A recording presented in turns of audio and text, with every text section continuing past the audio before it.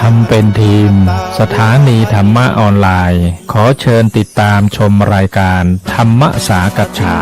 สนทนาธรรมตามการคุยทุกเรื่องทุกประเด็นเติมธรรมะให้หัวใจเติมอาหารใจเติมพลังใจให้ตนเองเป็นประจำทุกวันเวลา 20 นาฬิกาเป็นต้นไปโปรดกดปุ่มติดตามและกด Subscribe เมื่อทำเป็นทีมมาเราจะได้พบกันเพื่อรับฟังสารธรรมข้อคิดดีๆมากมายรับบุญง่ายๆด้วยการกดแชร์เผยแพร่เป็นธรรมทานสัพพะทานังธรรมทานังชินาติการให้ธรรมะย่อมชนะการให้ทั้งปวง1แชร์1บุญมีค่าเท่ากับเผยแผ่ธรรมะให้กว้างไกลแชร์ไปมากยิ่งได้บุญมากเป็นการเปิดโอกาสให้คนได้รับฟังธรรมพบปัญญามีความสุขพ้นจากทุกข์ด้วยการฟังธรรมะมาทวงคำมันหมู่บ้านศีลห้าถือเป็นพันธะมองโลกด้านดีมีผลเห็นคนอื่นดีมีค่าปลูกใจให้เกิดศรัทธาตั้งหน้าทำดีมีคุณมองโลกด้านร้ายกลายกลับใจรับแต่เรื่องเคืองคุณเหนื่อยหน่ายเลิกล้างทางบุญชีพวุ่นแท้แน่เอ่ยขอกล่าวธรรมสวัสดีกับบรรดาท่านผู้ฟังแล้วก็ท่านผู้ชมทุกท่านที่กำลังติดตามรายการเห็นธรรมเห็นเราเห็นเราเห็นธรรมทางช่องธรรมะเป็นทีมทีวีออนไลน์กลุ่มพระสงฆ์อุบาสกอุบาสิการ่วมกันเผยแผ่ธรรมะออนไลน์ไลฟ์สดทาง Facebook ทาง YouTube และสถานีวิทยุเครือข่ายคลื่นสีขาว8จังหวัดภาคเหนือสถานีวิทยุ FM 104.50 เมกะเฮิรตซ์วัดฝายหินอำเภอเมืองเชียงใหม่จังหวัดเชียงใหม่พร้อมทั้งบรรดาท่านผู้ฟังท่านผู้ชมทุกช่องทางนะที่กำลังติดตามอยู่ซึ่งในค่ำคืนนี้เก้ากับผมอัตมาภาพนะพระครูโสพลปริยัติเลขาคณะกรรมการโครงการหมู่บ้านรักษาศีล5หนเหนือผู้ช่วยเจ้าอาวาสวัดพระสิงห์วรมหาวิหารเลขาคณะกรรมการเลขานุการรองเจ้าคณะจังหวัดเชียงใหม่ฝ่ายเผยแผ่ก็ได้นำรายการมาพบกับบรรดาท่านผู้ฟังท่านผู้ชมเป็นประจำทุกคืนวันอาทิตย์เวลาตั้งแต่ 20:00 นเป็นต้นไปจนถึงเวลาประมาณ 3:00 น1 ชั่วโมงด้วยกันที่เราจะพบกันซึ่งโดยเฉพาะก็จะได้กราบปรารถนาคณะครูบาอาจารย์พระสงฆ์นักพัฒนาได้มาพูดมาคุยกันเป็นประจำฉะนั้นต้องขอบคุณอนุโมทนาสปอนเซอร์หลักมูลนิธิ1016เพื่อการกุศลท่านอาจารย์เจ้าคุณพระวิสุทธิวัชราภรณ์ครูบาขาววัดลัทธิวันพระนอนขอนตาลอำเภอแม่ริมจังหวัดเชียงใหม่ทุนนิธิพระอุบาลีคุณอุปมาจารย์ฟูอัตตสิโวอดีตเจ้าอาวาสวัดพระสิงห์วรมหาวิหารอดีตผู้ก่อตั้งโรงเรียนธรรมราชศึกษาพร้อมทั้งทุนนิธิมูลนิธิทีละปัญโยโดยท่านพระอาจารย์สาธิตทีละปัญโยผู้อำนวยการสถาบันธรรมาภิวัตรอำเภอแม่เมาะจังหวัดลำปางโครงการวัดประชารัฐสร้างสุขโครงการหมู่บ้านรักษาศีล5พร้อมทั้งมูลนิธิโพธิยาลัยมูลนิธิโพธิยาลัยมูลนิธิลุ่มน้ำโขงมหาวิทยาลัยมหาจุฬาลงกรณราชวิทยาลัยเขตเชียงใหม่พร้อมบรรดาท่านผู้ฟังท่านผู้ชมที่ให้การสนับสนุนโดยการกดติดตามกดไลค์กดแชร์เพื่อเป็นธรรมทานยิ่งแชร์มากก็ได้บุญมากแชร์น้อยก็ได้บุญน้อยไม่แชร์ก็ไม่ได้บุญหรือว่าจะร่วมเป็นกำลังใจก็สามารถที่จะกดติดตามเพื่อที่เราจะได้พบปะ พูดจาคุยกันนะเพื่อที่จะได้สร้างสันติสุขแบบยั่งยืนนั่นเองซึ่งบรรดาท่านผู้ฟังทั้งหลายในค่ำคืนวันนี้นะวันนี้พี่น้องประชาชนคนไทยของเราก็คงจะได้เดินทางไปใช้สิทธิ์ใช้เสียงนะตามที่กฎหมายรัฐธรรมนูญได้กำหนดนะหลายท่านหลายคนก็คงจะลุ้นหน้าจอว่าจะเป็นอย่างไรเอ่ย ว่าคนที่เรารักคนที่เราเชียร์เป็นยังไงนะหลายท่านหลายคนก็คงจะพอคาดเดาว่าอ๋อมันเป็นอย่างนั้นเป็นอย่างนี้ต่างๆนะซึ่งผู้ดำเนินรายการเองก็เพิ่งเดินทางกลับมาจากวัดบ้านโป่งนะตำบลป่าแดดอำเภอแม่สวยนะจังหวัดเชียงรายนะเพื่อที่ร่วมกับคณะกรรมการโครงการหมู่บ้านรักษาศีล5หนเหนือนะโดยการนำของพระเดชคุณหลวงพ่อพระเทพรัตนนายกนะประธานคณะกรรมการพระเดชคุณหลวงพ่อพระเทพสิงหวราจารย์ดร.นะรองประธานคณะกรรมการพร้อมทางคณะกรรมการของเราเนาะไม่ว่าจะเป็นท่านอาจารย์เจ้าคุณโกไสนะเจติยารักษ์นะรองเจ้าคณะจังหวัดแพร่นะดร.นะรองเจ้าคณะจังหวัดแพร่เจ้าอาวาสวัดพระธาตุโชแฮท่านอาจารย์เจ้าคุณเมธีวชิรคุณรองที่การบดีมหาวิทยาลัยมหาจุฬาลงกรณราชวิทยาลัยวิทยาเขตพะเยา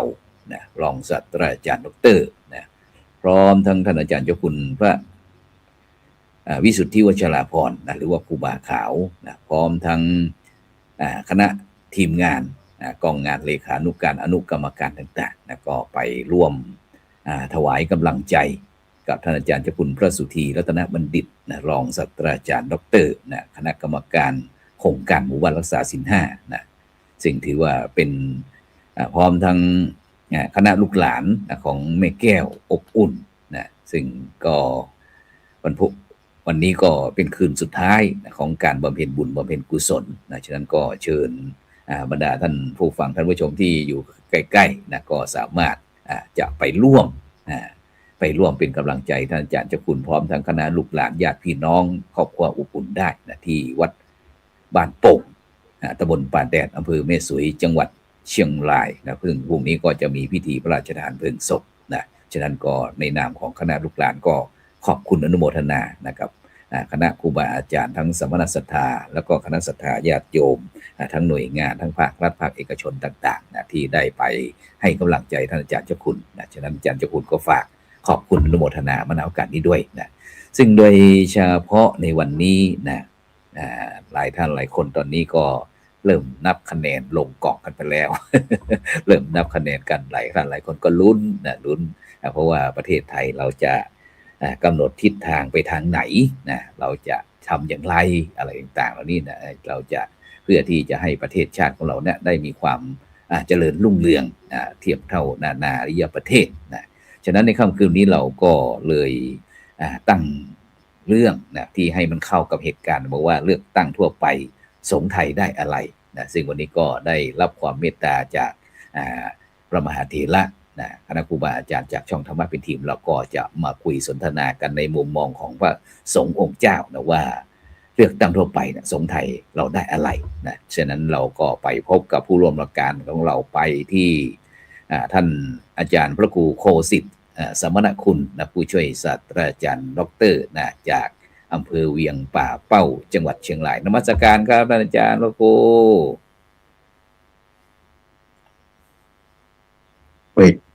ครับผมขอถวายความเคารพครับอาจารย์พระครูครับเจริญพรกับทุกท่านครับครับผมสาธุนะครับโอ้วันนี้ตอนนี้เป็นยังไงบ้างครับที่เวียงป่าเป้าเชียงรายตอนนี้กำลังรอตุลุงสมคิดอยู่พระครูสุจินนันทกิจหมุนติ้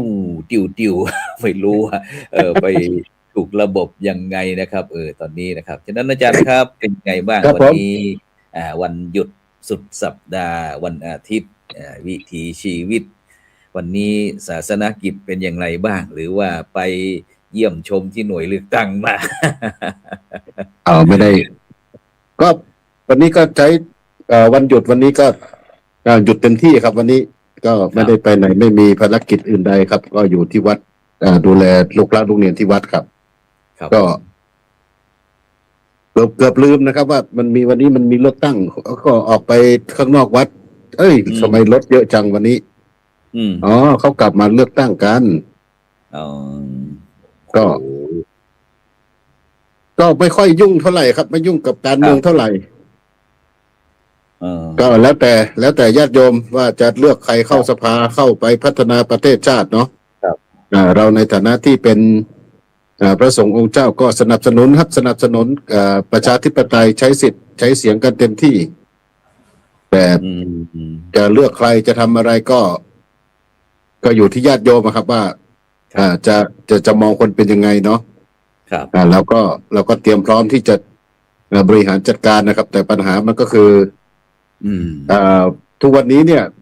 ทางมหาเถรสมาคมท่านก็ไม่ให้เรายุ่งกับการเมือง ครับ แต่เอาไปเอามาก็การเมืองมายุ่งกับเราเองครับก็ไม่รู้จะว่ายังไง เดี๋ยวหลังเลือกตั้งจะมีการปรับเปลี่ยนแปลงยังไงก็เดี๋ยวค่อยว่ากันครับ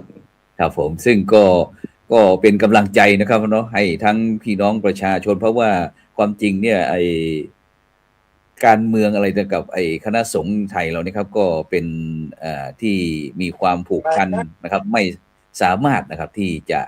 ร่วมแยกกันได้นะครับฉะนั้นเราไปพบกับผู้ร่วมรายการอีกรูปหนึ่งก็แล้วกันครับไปที่ท่านอาจารย์พระครูสุจินต์นะครับ นันทกิจนะครับ เจ้าคณะอำเภอสันสุขนะครับ จังหวัดน่านครับนมัสการครับอาจารย์พระครูสุจินต์นักกิจครับผ ขอ ม เคารพครับผม ครับส ขอ วัสดี เจ ค ริ รั ญ บ พ ผ ร ม คุณญาติคุณโยมทุกท่านนะครับ ครับผมครับ เป็นยังไงบ้างบรรยากาศที่เมืองน่านตอนนี้ ก็บรรยากาศที่เมืองน่านถ้าว่า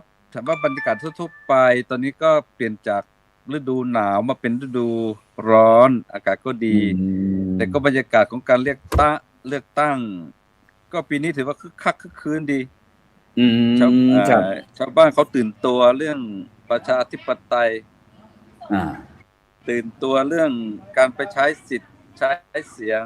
อะไรเนี่ย อ่า พอดีวัดเนี่ย วัดเป็นศูนย์ อ๋อเป็นหน่วยเลือกตั้ง เป็นหน่วยเลือกตั้ง ครับครับ ให้กับ เป็นหน่วยเลือกตั้ง ให้กับ อ๋อ พี่น้อง เป็น ประชาชนชาวบ้านในชุมชนครับ ครับผมสาธุก็ฐานะที่เป็นเจ้าอาวาสก็เรียบร้อยด้วยดีเนอะตะลุงเนาะ ก็เรียบร้อยดีครับ อืม เพราะว่าเราก็ดูแลทุกสิ่งทุกอย่างให้ที่เขามาพึ่งพาอาศัยใต้ร่มธรรมในการที่จะนำไปสู่การพัฒนาภาคการเมืองครับ ครับ ถึงแม้ว่าบรรดาท่านผู้ฟังท่านผู้ชมก็ในขณะนี้ก็กำลังติดตามรายการเห็นธรรมเห็นเราเห็นธรรมนะทางช่องธรรมะเป็นทีมของเราซึ่งในค่ำคืนวันนี้ก็จะมาคุยสนทนากันเกี่ยวกับเรื่องที่มันให้มันทันยุคทันสมัยหน่อยนะโดยเฉพาะในช่วงนี้ก็เป็นการเลือกตั้งทั่วไปเป็นการเลือกตั้งทั่วไปนะซึ่งวันนี้นะก็เปิดโอกาสให้พี่น้องประชาชนคนไทยที่มีสิทธิ์มีเสียงในการที่จะเลือกอนาคตของตัวเองนะผ่านผู้แทนผ่านผู้แทนของตัวแทนของแต่ละท่านแต่ละคนไปนะฉะนั้นก็วันนี้ก็เลยนมัสการพระอาจารย์ทั้งสองรูปไม่ว่าจะเป็นท่านอาจารย์พระครูโคสิทธิสมณคุณผู้ช่วยศาสตราจารย์ดรท่านอาจารย์พระครูสุจินต์นันทกิจเจ้าคณะอำเภอสันติสุขวัดโป่งคำนะอำเภอสันติสุขจังหวัดน่านก็จะมาร่วมสนทนากันอาจารย์ทั้งสองรูปครับโดยเฉพาะในช่วงนี้นะครับผมก็วันนี้ก็เลยไม่รู้จะตั้งหัวข้อเรื่องอะไรดีก็เลยบอกว่าเห็นมีการเลือกตั้งเราก็เลยบอกว่าเลือกตั้งทั่วไปสงฆ์ไทยได้อะไรนะครับถามง่ายๆนะครับแต่ไม่รู้ว่าจะตอบยากไหมเนี่ยเพราะว่าช่วงนี้อากาศมันร้อนไม่รู้ว่าพระคุณเจ้าร้อนไปด้วยหรือเปล่าไปที่อาจารย์พระครูสุจินต์นันทกิจครับวันนี้เป็นนักสังเกตการณ์เพราะว่าเป็นเจ้าที่ ในการให้วัดเป็นศูนย์ที่อำนวยความสะดวกแก่พี่น้องประชาชนเป็นสถานที่หน่วยเลือกตั้งที่ทางอำเภอได้ขอความร่วมมือทางวัดของเราไม่รู้ว่าเป็นอย่างไรบ้างครับอาจารย์ครับโดยภาพรวมที่เพราะว่าปกติเราก็จะเห็นไปที่ศาลาประจำหมู่บ้านหรือว่าไปที่สถานที่ราชการอะไรต่างแต่นี่มาเป็นที่วัดไม่รู้ว่าบรรยากาศเป็นยังไงบ้างที่แอบสังเกตการดูครับผมครับถวายคุณเคารพครับอันที่จริงผมมองสองมิตินะครับในส่วนของหัวข้อที่บอกว่าเลือกตั้งทั่วไปสงฆ์ไทยได้อะไรมิติที่หนึ่งเนี่ยเราต้องทำใจ เพราะพระสงฆ์เราไม่ได้อะไรจากการคำว่าการเลือกตั้งอยู่แล้วเหตุผลเพราะว่าเราอยู่ในกลุ่มของผู้ทุพพลภาพ คือไม่มีสิทธิ์ เขาเรียกว่าไอ้พลเมืองครึ่งใบ ครับใช่ใช่เพราะว่าเป็นกลุ่มคนที่กลุ่มคนทุพพลภาพเนี่ยเนาะคือ ครับ ไม่มีสิทธิ์ไม่มีเสียง ไม่มีโอกาส อันนี้ถือว่ามันหมดสิทธิ์ในเรื่องของการที่จะเข้าถึงที่จะนำพาไปซึ่งคำว่าการพัฒนา อันนี้มิติที่ผมมองนะครับมองประเด็นหนึ่งประเด็นที่สองแต่ว่าถ้าเป็นที่สองเรามองถึงมิติทางในเรื่องของสังคมเนี่ย ผมว่าพระเราได้ครับได้วัดเราได้หมายความว่าวัดนะครับไม่ใช่พระทั่วไป อย่างเช่นวัดผมเนี่ยวัดผมดีอย่างหนึ่งคือในหมู่บ้านเนี่ยไม่มีหอประชุมทีแรกชาวบ้านเขาจะสร้างหอประชุมบอกว่าอย่าไปสร้าง เพราะว่าศาลาการประเรียนที่เราสร้างมาก็หมดเงินไปหลายล้านต้องใช้ให้เกิดประโยชน์สมกับที่เราได้อุทิศปัจจัยอุทิศตัวอุทิศตนที่จะสร้างขึ้นเนี่ยก็ทำทุกสิ่งทุกอย่างที่นี่ก็เลยกลายเป็นหน่วยเลือกตั้งหน่วยหนึ่งของทุกระดับนะครับ ที่เราได้เห็นอย่างหนึ่งก็คือที่ว่าเราได้คือหนึ่งผมว่าเราได้การมีส่วนร่วมในการเปิดพื้นที่ให้ชาวบ้านเขาได้มีโอกาสได้มาใช้สิทธิ์ใช้เสียง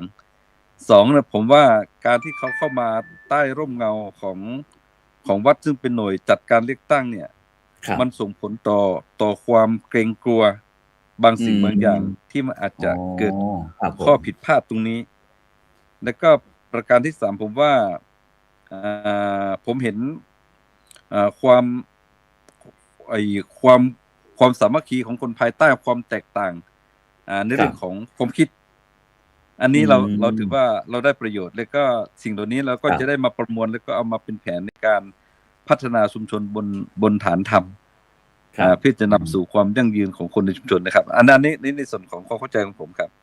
ครับผมก็สาธุครับไปที่อาจารย์วครูโคสิทธิ์สมณคุณนะครับผู้ช่วยศาสตราจารย์ดร.นะครับถามคำถามเหมือนกันเลยครับอาจารย์ครับเลือกตั้งทั่วไปสงฆ์ไทยได้เห็นอะไรบ้างครับผมเปิดไมค์นิดครับอาจารย์ครับเปิดไมค์นิดหนึ่งอย่างที่ตอบไปแล้วนะครับว่าก็คือเราไม่มีส่วนเกี่ยวข้องโดยตรงเนาะทางคณะสงฆ์เองเนี่ยไม่มีส่วนเกี่ยวข้องโดยตรงกับเราไม่ใช่ผู้ที่เป็นส่วนได้ส่วนเสียของนักการเมืองหรือการเลือกตั้งแต่จริงๆแล้วเนี่ยโดยลึกๆโดยรวมแล้วเนี่ยโดยมิติของการอยู่ในพระสงฆ์ก็อยู่ในสังคมของประเทศไทยเนาะเป็นหนึ่งองค์กรที่อยู่ในสังคมก็ต้องได้รับการดูแลเรื่องของความเป็นอยู่อะไรต่างๆเนี่ยเกี่ยวกับการกฎหมายบ้านเมืองอะไรต่างๆที่จะนำเสนอเข้าไปเนี่ยก็คิดว่าพระสงฆ์ก็ได้ในฐานะที่เป็นองค์กรของสังคมองค์กรหนึ่งที่ต้องมีส่วนได้ส่วนเสียกับงานนี้อยู่แล้วนะครับเรื่องของการเมืองเรื่องของการบริหารจัดการประเทศให้ดีแล้วก็พระสงฆ์เราเองเนี่ยก็ถึงแม้ว่าเราจะไม่มีสิทธิ์ไม่มีเสียงแต่ว่าเราก็ตั้งอยู่ในฐานของความเป็นกลางทางการเมืองความเป็นกลางทางการเมืองที่อยากจะให้เห็นการพัฒนาประเทศไทยการพัฒนาสังคมการพัฒนาองค์ความรู้ให้กับประชาชนเนี่ยให้อยู่ดีกินดีก็อย่างที่ว่าเนี่ยก็คือถ้าประชาชนเขาอยู่ดีกินดีเขาไม่มีปัญหาก็วัดเราก็ดีไปด้วยนะครับแต่ว่าถ้าญาติโยมมีปัญหาถ้าญาติโยมไม่อยู่ดีมีสุขเนี่ยวัดเราก็รับผลกระทบเหมือนกันนะครับผมคิดว่า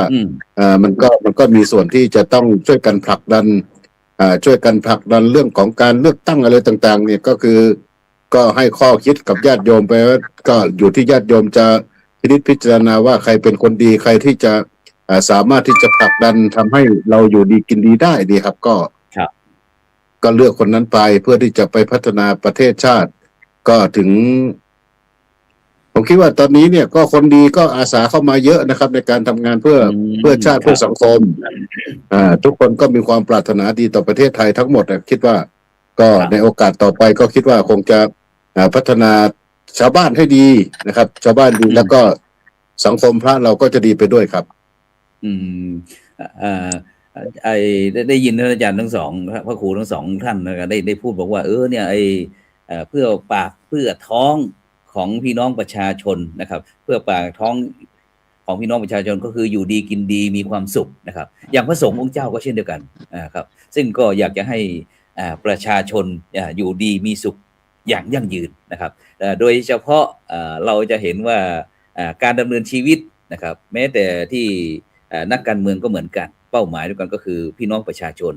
พระสงฆ์องค์เจ้าก็ประชาชนนะครับ แต่ทีเนี้ยไม่รู้มันจะขาดอะไรไหมครับอาจารย์ครับอย่างโดยเฉพาะในสังคมไทยบอกว่าพระสงฆ์เนี่ยให้อยู่เหนือการเมืองอย่างเงี้ยความจริงมันเป็นวิถีชีวิตนะอาจารย์พระครูสุจินต์ครับ มันเป็นวิถีชีวิตที่จะต้องอย่างแม้กระทั่งหน่วยเลือกตั้งเราก็ต้องมาใช้เพราะว่าวัดก็เกิดจากพี่น้องประชาชนนี่แหละครับที่เป็นผู้ที่ร่วมบริจาคอะไรต่างๆก็ถึงเวลาที่ต้องมาใช้งานซึ่งมันเหมือนกับเป็นเฟืองจักรอะไรสักอย่างนี่ครับอาจารย์ครูครับมันแต่อยู่ๆก็ให้พระสงฆ์ไปอยู่เหนือเหนือการเมืองเนี่ยอาจารย์ไม่ต้องไปยุ่งเกี่ยวเลยอาจารย์มันขัดอะไรไหมเนี่ยครับผมคิดว่าถ้าว่าเราไปศึกษาในส่วนของรัฐธรรมนูญหมวดสิทธิเสรีภาพอะไรเนี่ย ผมว่าคำสั่งแบบนี้เนี่ยมันถือว่าเป็นขัดรัฐธรรมนูญนะฮะเราลองย้อนดูในสมัยพุทธกาลเนี่ยพี่น้องสองตระกูลทั้งตระกูลอารยะและโกริยะใช่ไหมครับที่ทะเลาะเบาะแว้งเรื่องน้ำทำนาสมัยนั้นใช่ไหมครับสุดท้ายจะลบราฆ่าฟันกันขึ้นมาเนี่ยทะเลาะเบาะแว้งกันเนี่ยบุคคลที่จะไปไก่เกลี่ยทำให้เกิดความสงบสุขตรงนั้นน่ะก็คือพระพุทธเจ้าใช่ไหมฮะที่ท่านเสด็จไปบอกว่าเราจะร่มอะไรก็ไม่เท่ากับร่มพี่ร่มน้องร่มคนในสังคมร่วมกันน่ะใช่ไหมครับนั่นแหละผมว่าถ้าว่าทุกวันนี้พระเรามันถูกดีดออกกรอบแล้วก็พยายามกดให้อยู่ในกรอบน่ะใช่ไหมถ้าเปรียบเสมือนมันก็เปรียบเสมือนกับปลากระป๋องอ่ะตราบใดที่คนไม่อยากจะกินก็ไม่สามารถที่จะออกมาสัมผัสบรรยากาศข้างนอกได้ฉันใดคนที่ถูกกีดกันจากระบบหรือกลไกแบบนี้เนี่ยผมว่ามันเป็นการกดขี่ของบุคคลที่ตนเองบอกว่าต้องยกไว้เป็นที่เคารพนับถือยกย่องอะไรเนี่ยผมว่ามันผิดนะฮะผมเพราะมันยังไม่ถูกต้องแต่ทั้งนี้ทั้งนั้นเนี่ยถ้าว่าเราจะเอาในเรื่องของความเป็นจริงมาพูดเนี่ยพระสงฆ์ก็คือส่วนหนึ่งของคนในสังคมเป็นส่วนหนึ่งคนในชุมชนคำว่าการเมืองเนี่ยมันเป็นเรื่องของการสร้างสรรค์ให้เกิดคุณงามความดีให้เกิดความสุขความเจริญถ้าว่าการเมืองถ้าหากว่าขาดใช่ไหมขาดคุณธรรมขาดฐานธรรมที่จะนำเข้าไปสู่ในเรื่องการพัฒนานั้นผมว่าจะทำให้การเมืองนั้นเป็นการเมืองอีกรูปแบบหนึ่งแต่ว่าถามว่าเพราะว่าคนทุกคนถ้าว่าภายใต้ในกฎหมายเดียวกันเนี่ยถ้าว่าทำคำว่าการเมืองเนี่ยมันเป็นเรื่องของวิถีชีวิตนะฮะผมว่ามันเกี่ยวข้องร้อยรัดกันเราจะปฏิเสธหรือจะดีดตัวของเราออกจากภาคการเมืองไม่ได้แต่ว่าการเมืองนั้นจะเป็นการเมืองระดับไหนแค่นั้นเองใช่ไหมระดับที่1ระดับที่2ระดับที่3เนี่ยเขาเรียกเราจะใช้คำว่า1การเมืองระดับเอียดระดับหยาบแล้วก็การเมืองระดับที่เรื่องของผลประโยชน์นั่นเองเราจะแยกออกมาได้ยังไงแต่ว่าพระสงฆ์เราเนี่ยว่าเราไปรับรู้เรื่องการเมืองเหล่านี้แต่ว่าเราเอาความละเอียดในการที่จะสร้างความละเอียดในด้านจิตใจของคนที่จะไปทำหน้าที่ภาคการเมืองหยาบเนี่ยให้เขาเห็นประโยชน์ส่วนรวมมากกว่าส่วนตนผมว่านั้นสำคัญที่เราจะต้องชวนกันคิดเรื่องนี้นะครับครับซึ่งโดยเฉพาะนะครับแม้แต่ พวกเราก็อย่างระบบการเมืองของในประเทศไทยเราก็เหมือนกันครับเขาความจริงก็อยากจะได้คนที่ดีมีคุณภาพนะครับซึ่งโดยเรื่องความคนดีก็ในทางพุทธศาสนาเราโดยจะมีต้องเป็นสัตบุรุษนะครับจะต้องเป็นผู้ที่มีศีลมีธรรมมีความคิดดีบริสุทธิ์ผุดผ่องอะไรต่างๆเนี่ยซึ่งโดยเฉพาะการเมืองกับถ้าไม่มีธรรมะอะไรอย่างเงี้ยอาจารย์ครับแต่นี่การพาออกอย่างนี้มันเป็นอย่างนี้นะครับก็จะทำให้ว่ามันขาดอะไรหรือเปล่าเหมือนกับเราปรุงอาหารนะท่านอาจารย์พระครูโคสิทธิ์ครับมันจำเป็นที่จะต้องมันขาดรสชาติอาจารย์ความจริงพระเราก็มุ่งหวังที่จะให้ประชาชนอยู่ดีกินดีมีความสุขแล้วก็เราก็มุ่งหวังไปที่น่ะฉะนั้นการเมืองกับธรรมะนะมันแยกกันไม่ได้ถ้าการเมืองมีธรรมคุณธรรมจริยธรรมอะไรต่างๆมันก็ย่อมให้มีคนมีคุณภาพเข้าไปบริหารจัดการเป็นคนที่พูดกันง่ายๆก็มันเหมือนกับเศรษฐีสมัยก่อนท่านอาจารย์ถ้ายุคพุทธกาลนี่นะก็เวลานี้เขาก็จะเศรษฐีสมัยก่อนสมัยพุทธกาลก็จะตั้งโรงทานบ้างอะไรช่วยเหลือเกื้อกูลเลยแต่ในปัจจุบันเนี่ยมันกลับกันที่ผู้ที่มาเล่นการเมืองอะไรต่างก็มักจะเป็นกลุ่มทุนเป็นนายทุนอะไรต่างเนี่ยอาจารย์ครับระหว่างมีถ้านักการเมืองก็แล้วกันว่าการเมืองถามอาจารย์ว่าครูโคสิทธิ์ก็แล้วกันระหว่างการเมืองมีธรรมะกับการเมืองไม่มีธรรมะอาจารย์มุมมองอาจารย์มันจะเป็นอย่างไรคือมันเรื่องของธรรมะเนี่ยมันไม่ว่าจะเป็นการเมืองหรือว่าเป็นอะไรต่างๆเนี่ยคุณธรรมจริยธรรมเนี่ยมันก็ต้องอยู่ในทุกสาขาอาชีพนะครับในการที่จะคือธรรมะคุ้มครองโลกเนาะผมคิดว่าธรรมะเป็นสิ่งที่คุ้มครองโลกเนี่ยถ้าเราสามารถที่จะปรับพฤติกรรมหรืออะไรต่างๆเนี่ยโดยนำหลักธรรมมาใช้ให้เกิดประโยชน์เนี่ยมันก็จะเป็นผลดีกับทุกองค์กรทุกกลุ่มทุกอาชีพทุกคนในสังคมเนาะแต่ผมว่ามุมมองผมอาจจะไม่เห็นไม่อาจจะไม่พ้องกับอาจารย์พระครูนะครับของพระครูท่านอาจารย์พระครูสุจินต์นะครับว่าคือการที่พระสงฆ์เนี่ยไม่ยุ่งกับการเมืองเนี่ยผมคิดว่ามันคือเราเข้าใจสังคมทุกวันนี้เนี่ยการเมืองเนี่ยมันมีแนวคิดมันมีวิธีคิดที่ต่างกันเนาะที่ต่างกันหลายพรรคหลายพรรคหลายพวกหลายกลุ่มหลายคณะเนี่ยครับก็แต่ถ้าพระสงฆ์ต้องอยู่ในเพื่อความสง่างามของพระสงฆ์เนี่ยต้องแยกออกจากการเมืองนะครับเพราะว่าพระสงฆ์จะไม่ฝักใฝ่ฝ่ายใดครับก็คืออยู่ความเป็นกลางเพราะว่าพระสงฆ์เราเนี่ยอยู่ตั้งฐานอยู่บนความศรัทธาของญาติโยมเนาะแต่ว่าในชุมชนในสังคมเราเนี่ยมันก็มีหลายกลุ่มหลายแนวคิดหลายวิธีการแต่ถ้าพระสงฆ์เอียงไปทางใดทางหนึ่งหรือว่าเรื่องของไปเล่นการเมืองไปสนับสนุนกลุ่มโน้นกลุ่มนี้เนี่ยกลุ่มที่อยู่ตรงข้ามมันก็จะมีปัญหากันเพราะฉะนั้นผมคิดว่าวัดเองหรือว่าพระสงฆ์เองเนี่ยต้องอยู่เป็นกลางเพื่อที่จะคอยที่จะ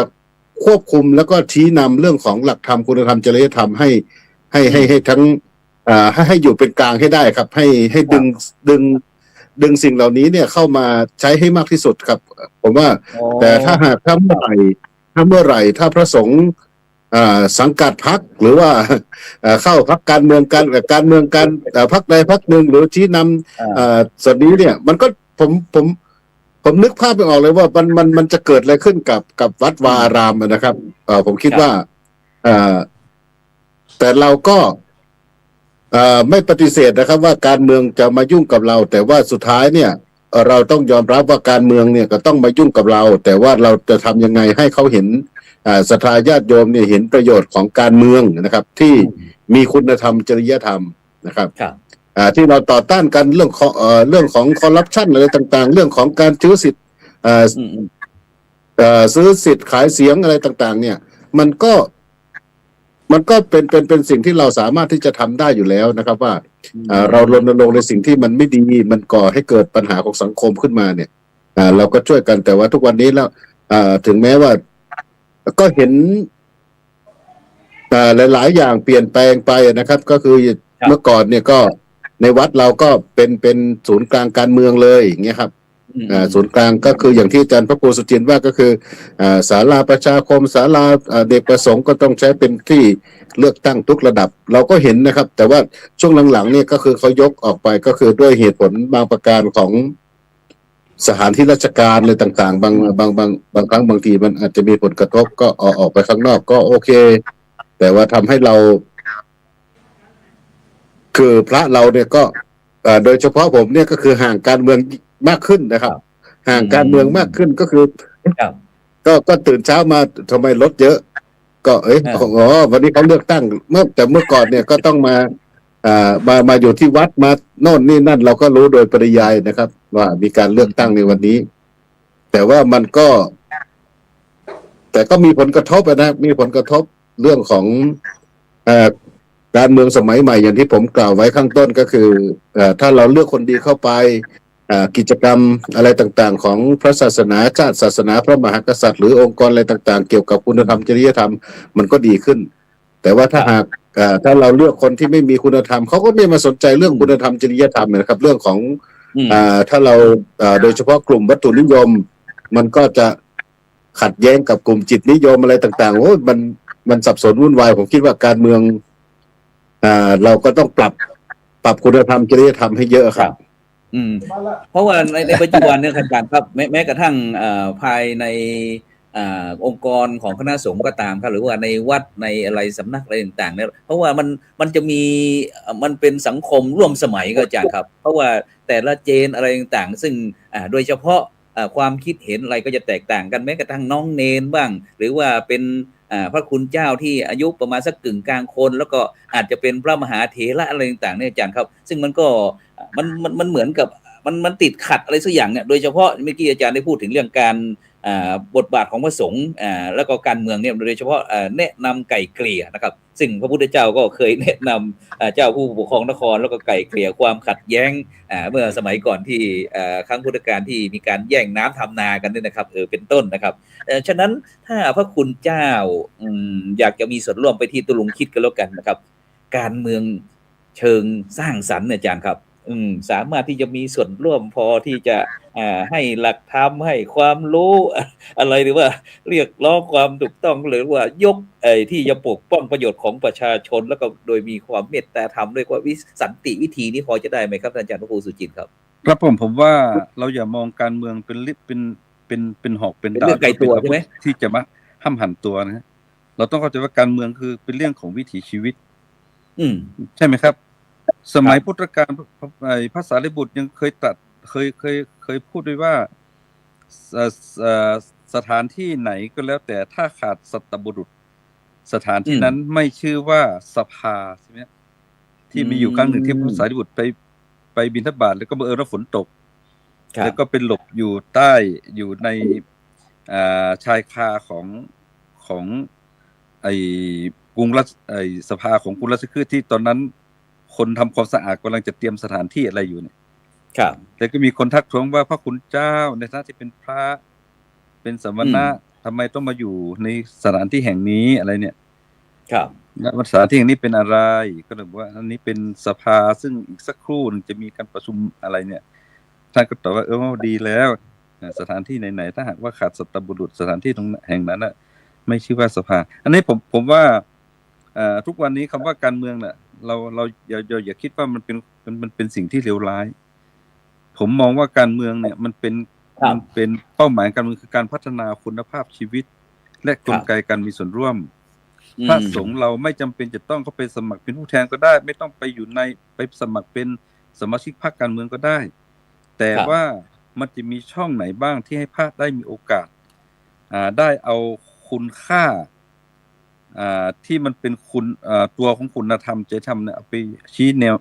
เป็นชี้นำให้คนได้เห็นสิ่งเหล่านั้นยกตัวอย่างเช่นที่หมู่บ้านผมเนี่ยเวลาจะมา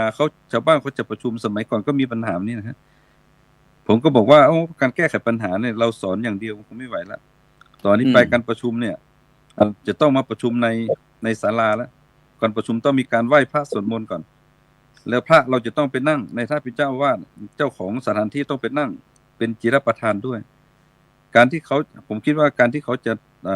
มาถกมาเถียงหรือว่ามากล่าวอะไรที่มันจ จะทำให้เกิดความขัดแย้งกันนะ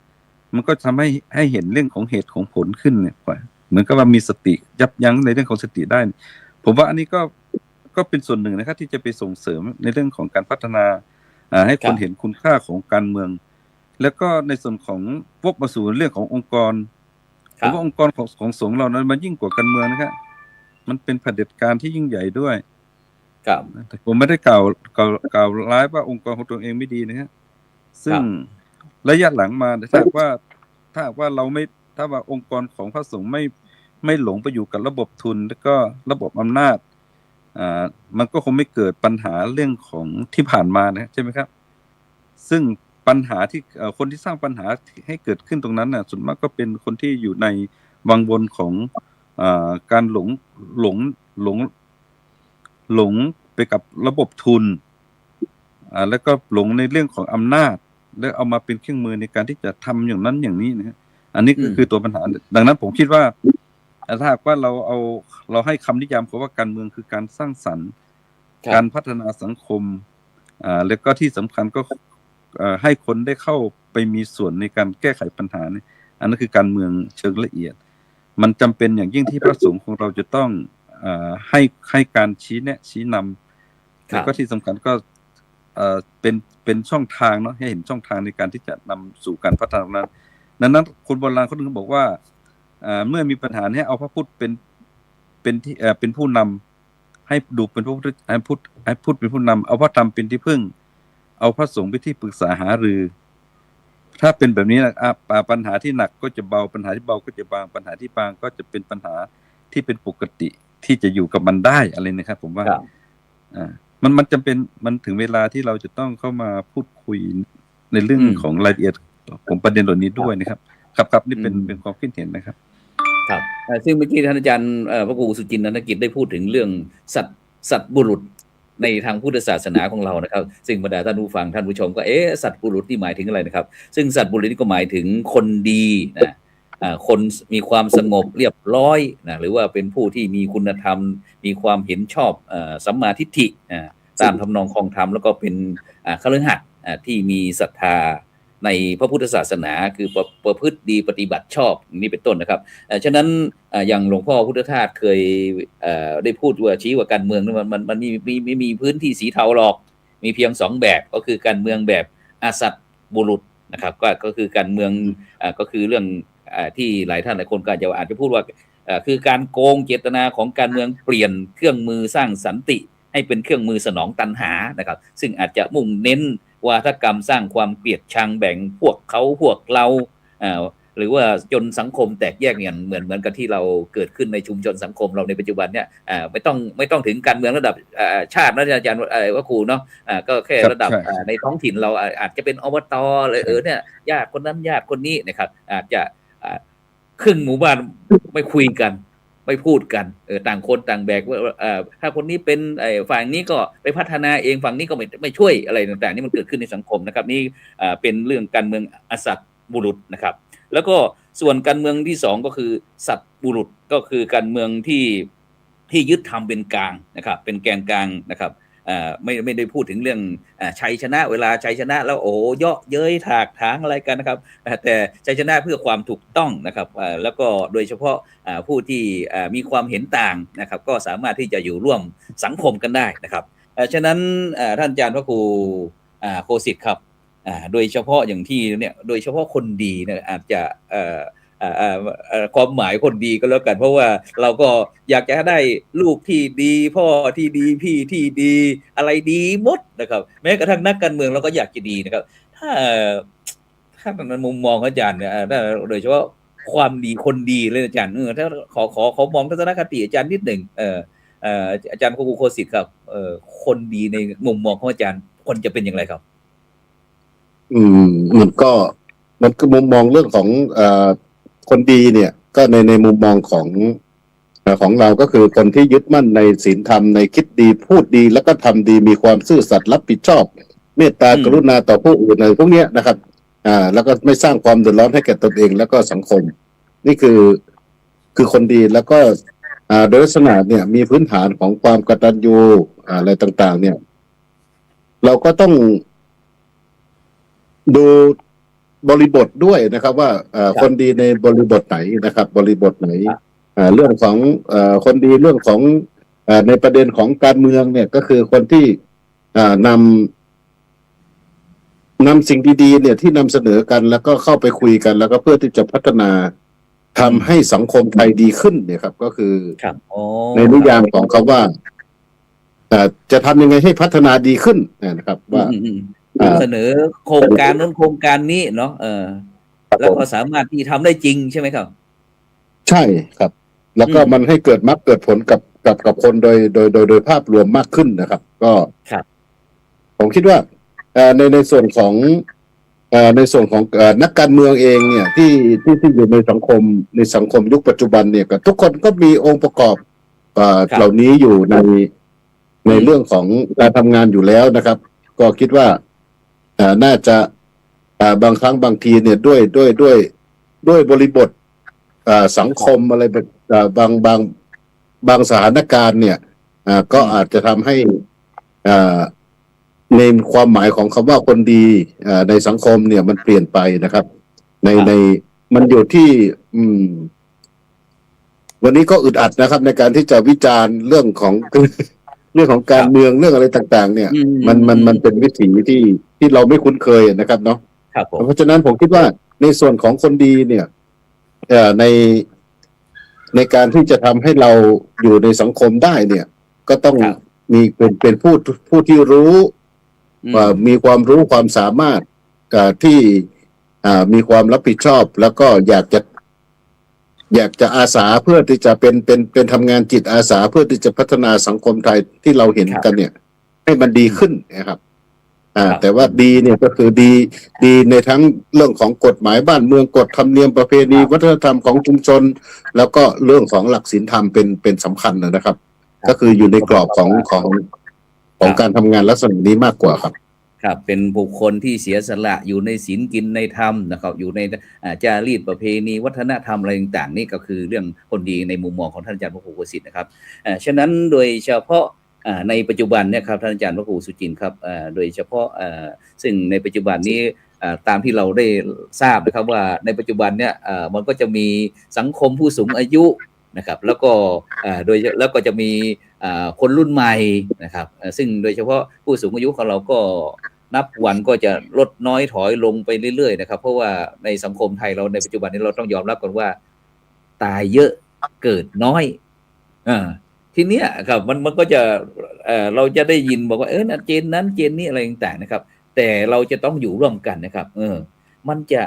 การที่ไม่มีคณะกรรมการกลางโดยเฉพาะสังคมเราก็หวังนะครับหวังพระคุณเจ้าเนี่ยที่คอยจะชี้แนะคอยจะชี้นำอะไรต่างๆอะไรผิดอะไรถูกอะไรไม่ดีหรือว่าไม่ดีเนี่ยฉะนั้นเมื่อการเมืองเราบอกว่ายกพระคุณเจ้าไม่ต้องมายุ่งเกี่ยวกับฉันหรอกฉันจัดการเองได้เงี้ยครับมันจะเกิดปัญหาไหมโดยเฉพาะไอ้สังคมร่วมสมัยอาจารย์เพราะมันหลายเจนเยอะมากนะในหมู่บ้านดีว่าดีก็อย่างนี้เราไปสังเกตเราจะสอบถามคุยแย่ๆเรื่องนั้นมันไม่มีคนดีไม่รู้จะเลือกใครอะไรต่างๆเนี่ยถ้าเป็นมุมมองอาจารย์จะทำยังไงว่าพระสงฆ์จะให้คำแนะนำสังคมยังไงเพราะว่าไม่แน่ใจเหมือนกันว่าเลือกตั้งจบแล้วมันจะจบหรือเปล่าในแม้กระทั่งในชุมชนหรือว่าในครอบครัวเนี่ยระหว่างคุณพ่อคุณแม่กับลูกอะไรเงี้ยอาจารย์พระครูสุจินต์ครับแต่ผมมันสิ่งหนึ่งมีอยู่เรื่องหนึ่งที่เราจะต้องเข้าใจคือฐานที่เป็นฐานในการเอาสำนึกที่เป็นฐานในการเข้าถึงพุทธศาสนาเนี่ยพระพุทธเจ้านั้นท่านตั้งหลักไว้ว่าคำว่าสิกขาใช่ไหมครับสิกขาแล้วก็สิกขาก็คือศึกษาเนี่ยผมว่าการศึกษาเนี่ยเป็นเรื่องสำคัญ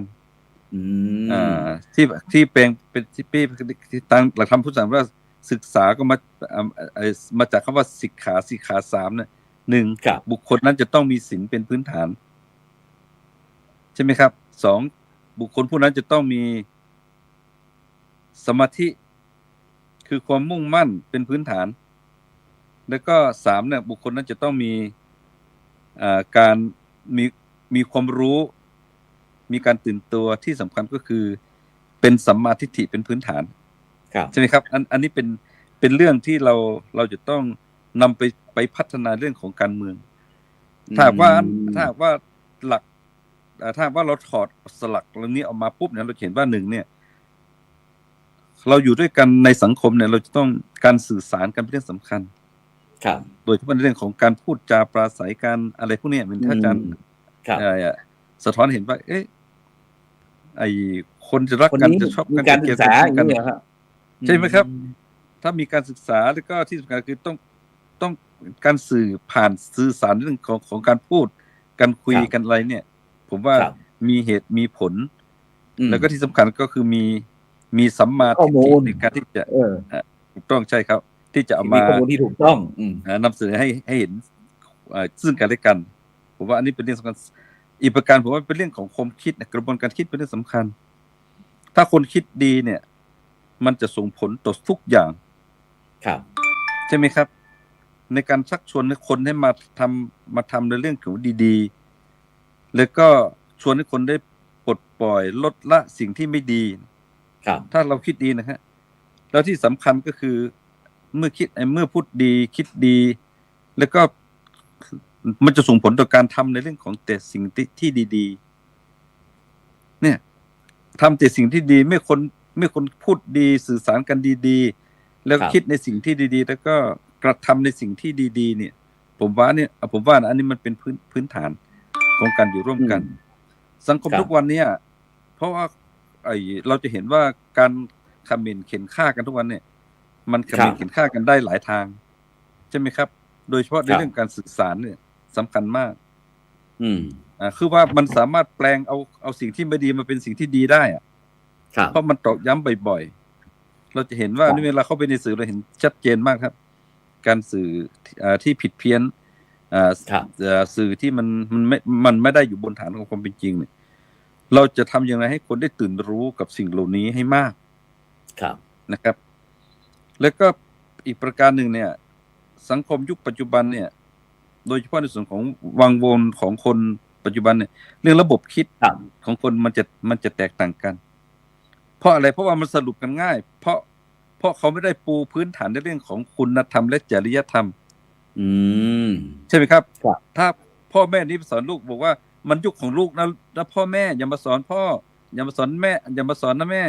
นี่ยุคของลูกมันยุคอะไรแล้วนั่นเป็นยุคของคุณพ่อคุณแม่เป็นแบบนั้นใช่ไหมครับแต่สมัยโบราณเนี่ยเขาจะปูพื้นฐานเรื่องคุณธรรม1ความกตัญญูใช่ไหมครับสำนึกกตัญญูรู้คุณอะไรแบบนี้ให้กับคนที่ตากธรรมพุทธศาสนาเขาบอกว่าอะไรนะความกตัญญูเป็นเครื่องหมายของอะไรนะของคนดีใช่ไหมครับครับผมเนี่ยมันมีพื้นฐานนั้นพื้นฐานแบบนั้นแล้วค่อยไปทำในสิ่งที่มันจะส่งผลต่อการยกระดับการพัฒนาอันนี้ผมว่าเป็นเรื่องสำคัญดังนั้นก็ในส่วนของยุคนี้ที่เราลูกหลานญาติพี่น้องหรือว่าคนในชุมชนในสังคมในท้องถิ่นเนี่ยมันจำเป็นอย่างยิ่งที่เราจะต้องใช้วัดเปิดวัดซึ่งเป็นให้มันเป็นสถาบันหลักของคนในชุมชนอย่างน้อยก็มีหมุดมีหมุดหมายให้คนได้มาพบปะกันแล้วก็มาศึกษามาเรียนรู้มารับการถ่ายทอดมารับการปลูกฝังมารับการในการแลกเปลี่ยนเรียนรู้ซึ่งกันและกันผมว่าถ้าเป็นสังคมบ้านเราไม่มีสถานที่ไหนเหมาะกับสถานที่คำว่าสถาบันหลักของคนชุมก็คือสถานศาสนสถานแล้วก็พระมหากษัตริย์ครับผมถูกต้องครับเพราะว่าถึงแม้ว่าจะเอาคนไปเข้าคุกเนี่ยออกมามันยังเป็นผู้ร้ายอยู่เพราะสถานที่ตรงนั้นมันไม่ใช่สถาบันที่จะสร้างคนดีไงเขาเพียงแต่เขาดีมีเป้าหมายว่าคุกก็คือทำให้คนเข็ดหลาบคำว่าเข็ดหลาบมันเหมือนกับลมหายใจมันเข้าแล้วก็ออกเข้าก็ออกใช่ไหมครับดังนั้นผมคิดว่าถามว่ามีการปลูกฝังสิ่งเหล่านี้ได้เนี่ยผมว่าเราต้องปูพื้นฐานในส่วนของสถาบันวัดยกวัดให้เป็นสถาบันการเรียนรู้ของคนในชุมชนให้คนได้มาเรียนรู้ซึ่งเมื่อปูพื้นฐานในเรื่องของคุณธรรมจริยธรรมเนี่ยมันจะเกิดความละเอียดเมื่อคนมาคิดละเอียดมาทำในสิ่งที่ละเอียดเนี่ยมันจะส่งผลต่อการสร้างความเข้มแข็งความมั่นคงที่สำคัญมีเป้าหมายด้วยกันคือความรักใคร่สามัคคีความร่มเย็นเป็นสุขมันยังดีกว่าที่จะต้อง พรรคกูมีนโยบายแบบนั้นพรรคกูมีนโยบายแบบนี้แล้วมาห้ำหันกันผมว่าสุดท้ายก็ตกไปอยู่ ถ้าไม่ได้ด้วยเลขเอาด้วยกลไม่ได้ด้วยมนต์เอาด้วยคาถาเนี่ยใช่ไหมค ครั รับ หาสิ่งจิปาถะที่จะมาให้ตนเข้าไปสู่ในวังวนของคำว่าอำนาจได้นะครับอันนี้ก็เห็นด้วยกับที่พระครูท่านพูดถึงเรื่องเหล่านี้ ครับผมฉะนั้นอาจารย์ก็ได้เน้น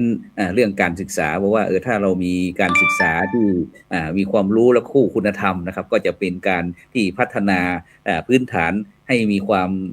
ยั่งยืนโดยเฉพาะเรื่องความกตัญญูกตวิธีฉะนั้นเราจะเหลือเวลาประมาณสัก4-5 นาทีครับก็จะไปที่อาจารย์พระครูโคสิทธิ์สมณคุณก็แล้วกันถามเหมือนกันนะอาจารย์โคสิทธิ์ตอนนี้สมมุติว่าเลือกตั้งเสร็จแล้วเลือกตั้งเสร็จเราได้นายกรัฐมนตรีเสร็จเรียบร้อยคณะรัฐมนตรีอะไรเรียบร้อยหมดละทีนี้สมมุติว่ามีท่านนายกรัฐมนตรีมาที่วัดแม่ห่างเรานี่แหละ หรือว่าไปที่โรงเรียนหนองบัวก็แล้วกันอยากจะไปคุยกับพระคุณเจ้าเนี่ยเพราะว่าได้ยินชื่อเสียงเสียเกินว่าอาจารย์พระครูโคสิทธิ์สมณคุณผมเดี๋ยวนี้ผมได้อะไรเรียบร้อยหมดแล้วอันนี้อยากจะมาขอความเห็นพระอาจารย์ว่าถ้า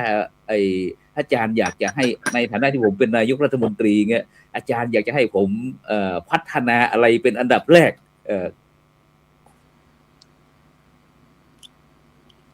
พัฒนาในการในส่วนของการพัฒนาเนี่ยคือต้องย้อนมาคือต้องพัฒนาตนเองก่อนเนาะต้องพัฒนาตนเองก็คือรับกรอบแนวคิดเรื่องของโดยเฉพาะเรื่องของตอนนี้เราของประเทศไทยเราอยู่ในหลักของประชาธิปไตยเนาะก็อยากจะให้ท่านนายกคนใหม่เนี่ยนายกรัฐมนตรีคนใหม่เนี่ยใช้หลักธรรมาธิปไตยธรรมาธิปไตยก็คือแทนที่จะเอาคนหมู่มากเป็นใหญ่เนี่ยแต่ถ้าในกรณีที่คนหมู่มากเนี่ยมีเป็นมิจฉาทิฏฐิล่ะแต่ถ้าคนหมู่มากเป็นมิจฉาทิฏฐิล่ะเราจะทำยังไงเนี่ยครับเราก็จะปรับยังไงเพราะฉะนั้นก็ถ้าสมมติว่าถ้าเราใช้ประชาธิปไตย 100% เนี่ยถ้าคนหมู่มากเป็นมิจฉาทิฏฐิก็จะย่อมนำให้สังคมไทยเราเนี่ยไปสู่มิจฉาทิฏฐิได้นะครับเพราะฉะนั้นพระพุทธองค์ก็เลยตัดเรื่องของธรรมาธิปไตยนะครับแล้วก็คือเรื่องของความถูกต้องของหลักธรรมเรื่องของความเป็นปกติของชีวิตเนี่ยเป็นใหญ่ในการที่จะนำไปใช้ในชีวิตประจำวันของเราได้เรื่องของธรรมาธิปไตยในการที่จะเอามาผนวกกับการทำงานมาผนวกกับกลุ่มของในการที่จะทำงานร่วมกับคนในคณะรัฐบาลเองแล้วก็ร่วมกับสังคมไทยนะครับเพราะฉะนั้นถ้าเราจะสรุปในประเด็นของเราวันนี้เนี่ยเรื่องของพระสงฆ์สามเณรเนี่ยมีส่วนได้ส่วนเสียกับการเมืองอย่างไรบ้างนะครับก็ผมคิดว่าในตั้งแต่สมัยพุทธกาลแล้วนะครับว่าพระพุทธเจ้าเนี่ยท่านทรงตรัสให้พวกเราเนี่ยเป็นกลางในไม่เข้าไปยุ่งโดยตรงแต่ขอให้เป็นตัวกลางให้การลดละเลิกความขัดแย้งที่มีต่อกันแล้วก็สร้างความปรองดองสมานฉันท์ความสุขซึ่งกันและกันนะครับก็คือถือว่าเอาพระสงฆ์เนี่ยเป็นตัวเชื่อมในการที่จะทำให้สังคมเนี่ยเกิดธรรมาธิปไตยมากขึ้นถ้าในกรณีที่ท่านนายกมาเนี่ยก็อย่างน้อยก็คือใช้ธรรมาธิปไตยในการที่จะเรื่องของคุณธรรมจริยธรรมเนี่ยในการบริหารจัดการประเทศครับผมครับผมนี่ก็เป็นมุมมองของท่านอาจารย์พระครูโคสิทธิ์สมณคุณได้พูดถึงเรื่องบอกว่าเมื่อกี้ได้พูดถึงเรื่องธรรมาธิปไตยหลายท่านหลายคนก็อาจจะงงอยู่ว่าอะไรคือธรรมาธิปไตยเราได้ยินแต่ประชาธิปไตย ซึ่งธรรมาธิปไตยในบรรดาท่านผู้ฟังทั้งหลายก็เป็นการปกครองที่ถือธรรมะหรือความถูกต้องเป็นใหญ่ในสมัยเมื่อครั้งพุทธกาลซึ่งมีพระมหากษัตริย์หลายพระองค์ที่ใช้ธรรมาธิปไตยแต่ในปัจจุบันนี้หลายท่านหลายคนก็อาจจะเป็นห่วงว่าถ้าการเมืองถ้ามันขาดจากธรรมะแล้วมันจะเลยเถิดซะจนเนี่ยฉันอยากจะทำอะไรก็ทำเงี้ยครับเพราะว่าประชาธิปไตยก็คือว่าความเป็นอิสระอะไรต่างๆเนี่ยเดี๋ยวเราอยากจะทำอะไรก็ทำโดยเราไม่ได้คิดถึงคนอื่นโดยเฉพาะอย่างคนรอบข้างเราเขาจะ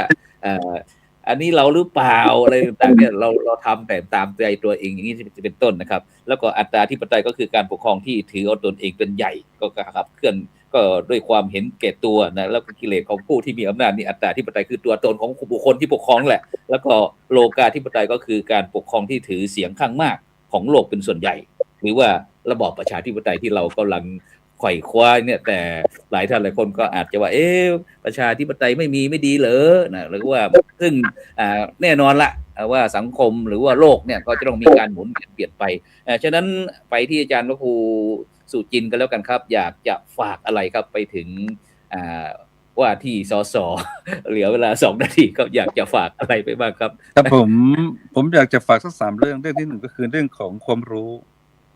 2ในเรื่องของความคิด3ในเรื่องของทักษะการอยู่ร่วมกันอย่างมีความสุขความรู้แบบไหนคือผมว่าจะต้องทำอย่างไรให้คนไทยเราเนี่ยตื่นรู้แล้วก็รับรู้อย่างมีสติแล้วที่สำคัญใช้ความรู้อย่างมีประสิทธิภาพครับนี่ผมว่าถ้าว่าไปเอาคำว่าความรู้เนี่ยไปขยายความได้เนี่ยมันจะส่งผลในเรื่องของการปรับโครงสร้างด้านการศึกษาง่ายๆนะ2เนี่ยความคิดผมว่าเราต้องอย่าคิดในเรื่องอย่าคิดถึงในเรื่องของความเป็นตัวตนมากกว่าความเป็นสังคมดังนั้นก็การคิดถึงประโยชน์ส่วนตนกับคิดถึงประโยชน์ส่วนรวมผมอยากให้เขาได้เก็บมาชั่งกันถ้าคิดถึงประโยชน์ส่วนตนเนี่ยส่วนมากก็บทบาทหน้าที่ของนักการเมืองเข้าไปทำนี้ตรงนั้นก็มักจะเอาอำนาจเหล่านี้ไปแสวงหาประโยชน์ที่มันเป็นประโยชน์แต่มันเป็นผลกระทบกับสังคมนะฮะดังนั้นเราจะทำยังไงให้คนได้เห็นประโยชน์ส่วนใหญ่เนี่ยส่วนรวมเป็นหลักแล้วก็ค่อยคิดถึงประโยชน์ส่วนตนตามมาเนี่ยแล้วที่สำคัญคือการทักษะการอยู่ร่วมกันอย่างมีความสุขเนี่ยผมว่าทุกสิ่งทุกอย่างมันคำว่าการแข่งขันน่ะมันก็มีการแพ้ชนะนะเนาะถ้าหากว่าเหมือนกับว่าตามหลักธรรมพุทธศาสนาพุทธเจ้าบอกว่าอะไรนะเวรย่อมระงับด้วยการไม่จองเวรเวรย่อมไม่ระงับด้วยการจองเวรใช่ไหมครับดังนั้นเมื่อเรามีการแข่งขันแพ้ชนะแล้วรู้ว่าแพ้แล้วก็ถือว่ามันเป็นเรื่องของปกติเรารู้ชนะก็ถือว่าเป็นเรื่องปกติเหมือนกับพวกพระอาจารย์สมชาติพูดถึงเมื่อกี้ว่าหาว่าใครชนะแล้วไปฉลอง7 วัน 7 คืนหรือว่านั้นเป็นการตอกย้ำการสร้างเวรสร้างกรรมไงดังนั้นผมว่าเราทำยังไงทักษะการอยู่ร่วมกันอย่างมีความสุขเนี่ยมันเป็นเครื่องมือในการให้กับนักการเมืองที่ได้รับการเลือกตั้งเข้าไปใหม่